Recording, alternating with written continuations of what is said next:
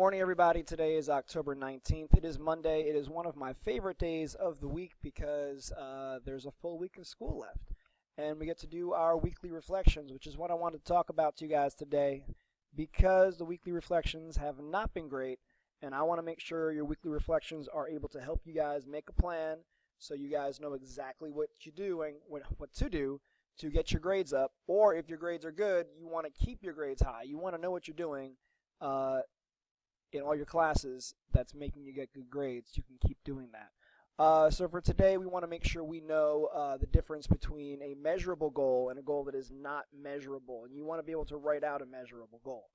One of the things that we're doing is we're just writing the same thing over and over again, and we're leaving lots of things blank. So when you fill out your weekly planner today, please don't leave anything blank. If it's blank, I can't give you any points for it, so please don't do that.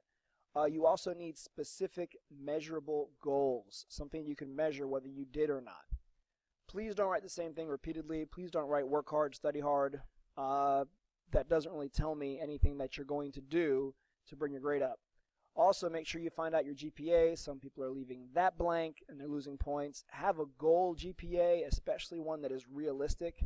And please write out a plan that's going to help you get from your current GPA to your goal GPA, or you can tell me what you've done to be successful to get your goal GPA. And if you've gotten your goal GPA, that is great. So what I did was I went into Progress Book. I pulled up a random person whose name I blocked out, so you will not know who this is. So here's their grade for freshman seminar for their SOAR class. They have a 68, which is not a great grade, but they are really close. If they move up like a point to a 69.5, then they're going to move up a letter grade. So they want to focus on this class. So here's what I wrote out for them to do. Here's the class, here's their grade and their percent, and here's what they need to do. They need to make up 2 learning goal summaries and score 80% because I see somewhere here, learning goal summary, it's missing. They need to make that up. They need to get 100% on their next planner or binder check. They've got one 100% here, so I think they can get another one. And they need to make up the progress report activity and score 100%. They did a progress report activity, did not do a good job on it, so they want to make that up. So that's one class. Everything is measurable. You can measure the score you get. You can say, yes, I got an 80%, or no, I didn't. So that's a measurable goal, and that's what we want. Let's move on to the next class.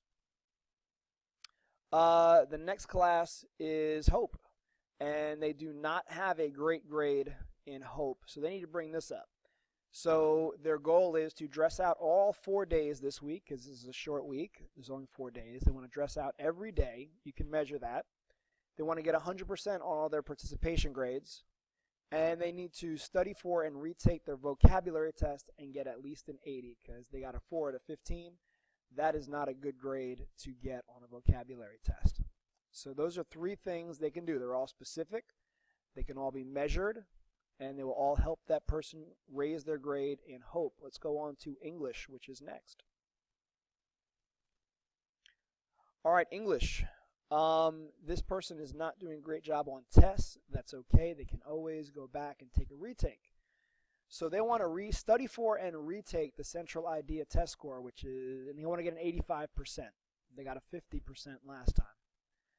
They also want to study for and retake the words in context test, and they want to score 100%. They need to do a remediation assignment and retake the evidence test and score an 80%. This person has goals. Here's something I want you to think about and I want you to focus on. This person has a 59% in English. So if this goes up 1 point, it goes up to a D. D is not great, but it's better than an F. So in 4 days, this person can definitely raise this up 1 point and move this to a D, which is, again, a much better grade. It's so close. They don't have to work that hard to get this grade up, and that'll help their GPA.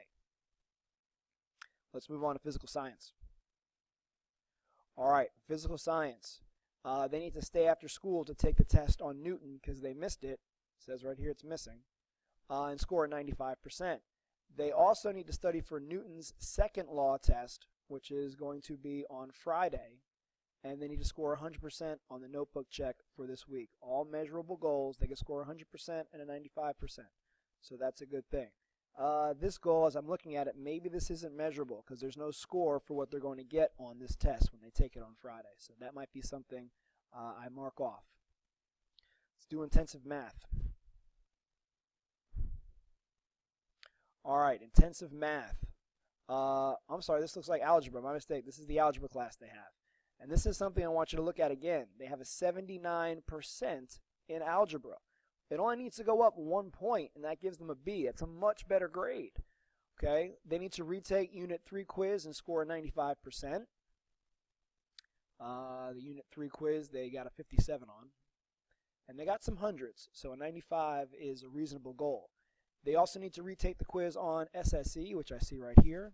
They did not get a good score the first time. They want a 95 this time. They need to redo page 94 and score 100. They got a 25% last time. Looks like they were absent, so hopefully they can make that up. Then we have intensive math. And before I move on to intensive math, remember the 79% would be really easy to bump up to a B. Intensive math, not a great score, so we have some work to do, and I see they're missing lots of tests. Hopefully they go back after school or talk to Mr. Marshall and make up these tests. They also need to retake the ones they've done, and I think I wrote those all down, and there's a score for each one. They want to get a 70% on each one. They got to be realistic. They don't have a good grade now, so hopefully they can get a 70%. They may want to stay after school or go to academic lab to get some help in this math class because it looks like they need it. 17% is not a great score. Then at the bottom, please make sure you fill out your weekly GPA. This person's GPA was a .85, which is not great. They have a lot of work to do. But I think they can move it up to a 1.42 if they raise their grades by a couple points in a couple classes. So here's what they wrote. I need to focus on English, algebra, hope, and SOAR because I'm close to going up 1 point in those classes.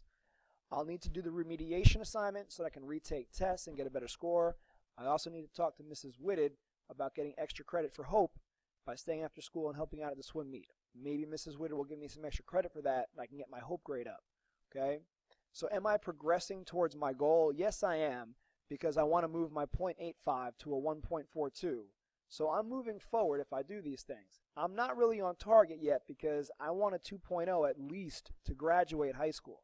And with a .85, I will not graduate high school, especially failing English, which is a required course. I need to pass English to graduate high school. That's it. Hopefully this is going to help you fill out your weekly planner in a way that will get you a better grade in my class. And hopefully when you fill out your weekly planner now, you'll have a plan for the week of what you want to work on and what you need to do to raise your grade. And that's why we do that. If you have any questions, let me know.